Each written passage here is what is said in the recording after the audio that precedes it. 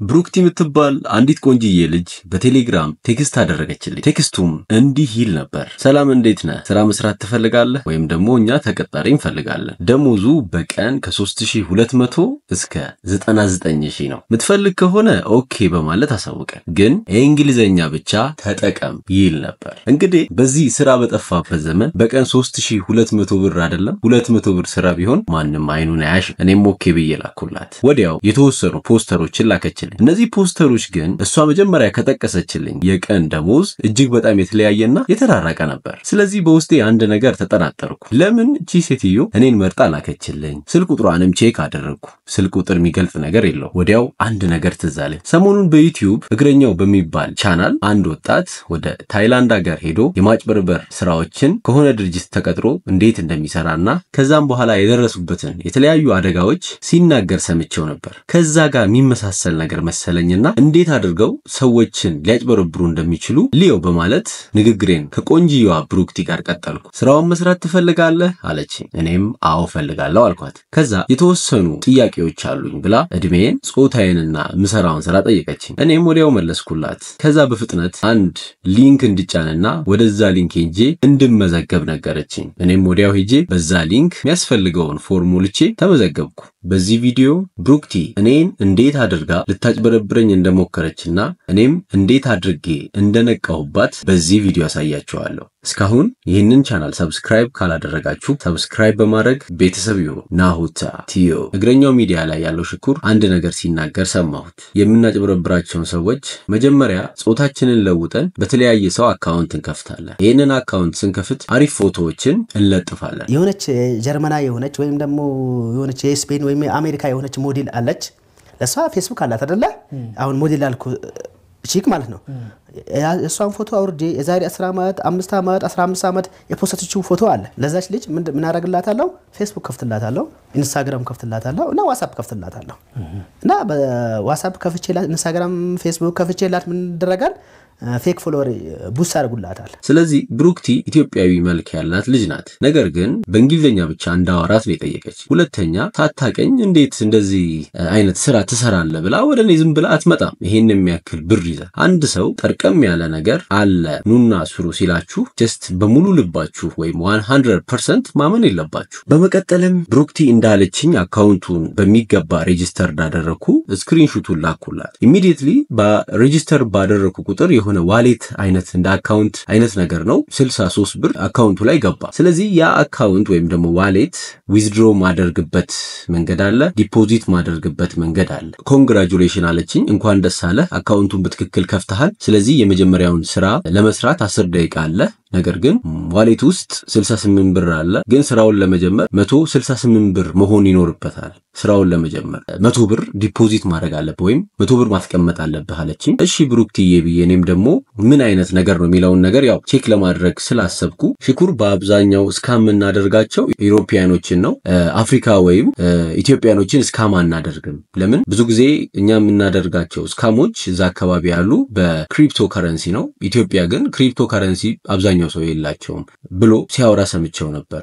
በርግጥ እኛ ላይ ላኦስ ላይ ቻት የምናደርጋቸው ሰዎች አውሮፓውያን ናቸው። ከአውሮፓ አሜሪካን፣ ካናዳ ምናምን ነው ቢሆን የሚመረጠው። አፍሪካ ሀገር ምናምን አናረግም፣ ቻት እናረግም። ለምንድነው? ክሪፕቶ ላይ ብዙ አይደሉም እኛ አፍሪካውያን ማለት ነው። ስለዚህ እኛን ኦብቪየስሊ ብዙ ስራ አጥ ሰዎች ማንፓወር ቺፕ ነው። ብዙ ሰዎች ስራ ይፈልጋሉ።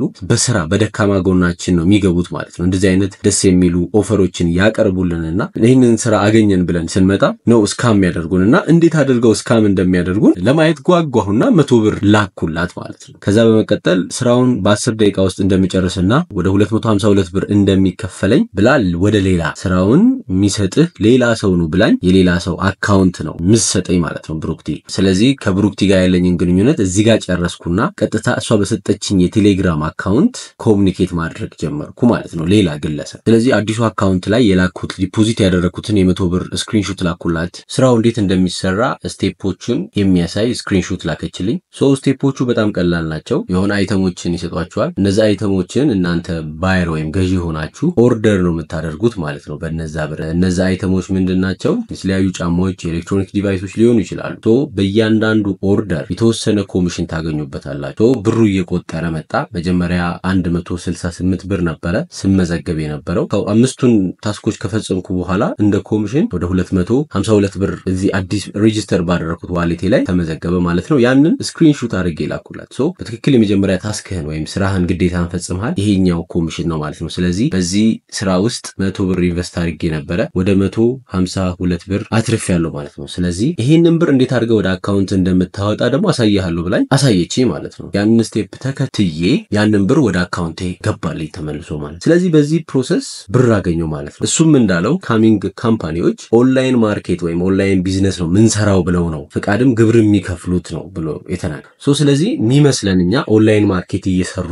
ሽያጭ ነገር እያከናወኑ ነው የሚመስለን እንዲሁ አይነት ፕሮሰስ ከሆነ በቀላሉ ብር ማግኘት እንደምችል አምናለሁ ማለት ነው ስለዚህ ቀጣይ ይሄንን ፕሮሰስ በትክክል እንደገባልኝ ነገርኳት ከዛ በኋላ ሁለተኛ ታስክ አለ አለችኝ መጀመሪያ 100 ብር ነበር ዲፖዚት ያደረኩት አሁን ደግሞ ዲፖዚት የማደርገው ቁጥር ጨመረ ወይም ደግሞ ስለዚህ ከ1 እስከ 10 የተለያዩ የሥራ አይነቶችን ሰጠችኝ ማለት ነው የመጀመሪያው 530 ብር ዲፖዚት አድርጋ ይሄንኑ ፕሮሰስ ታስኮችን ሰርተ 2000 ብር ኮሚሽን ታገኛለህ ነው የምትለው ስለዚህ ወደ 1500 አካባቢ ብር ይገኝበታል ማለት ሁለተኛው ደግሞ እንደዚሁ 1000 ምናምን አካባቢ ዲፖዚት አድርግና ወደ 4000 ምናምን ኮሚሽን ታገኝበታለህ በጣም የሚገርማችሁ 10ኛው ምን ይላል 200,000 ብር ዲፖዚት አድርገ 1.2 ሚሊዮን ብር ታገኛለህ ጀስት እቺኑ አይነት ታስክ ሰርተን ጀስት ኦርደር ማድረግ ነው የመጀመሪያው ታስክ 5 ነው 1.2 ሚሊዮኑን ለማግኘት ግን 20 ኦርደሮችን ማድረግ ብቻ እና በጣም የሚገርም ነበርና እኔም አንድ ጥያቄ ጠየቅኳት እንዴት ሲምፕል ክሊክ አድርገን ይሄን ያክል ብር